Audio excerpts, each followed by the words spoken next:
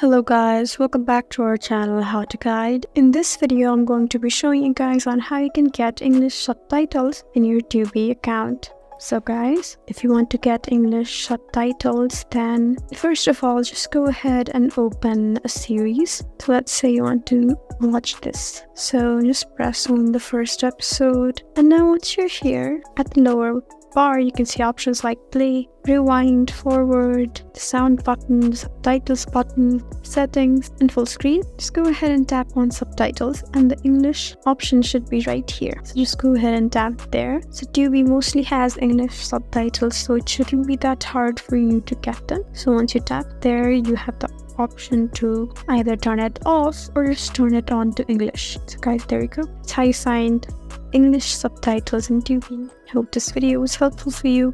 If you found this video helpful, please leave us a like and drop us a comment down below. And if you want more helpful videos like these, then please subscribe to our channel. We'll see you again next time. Thank you for watching.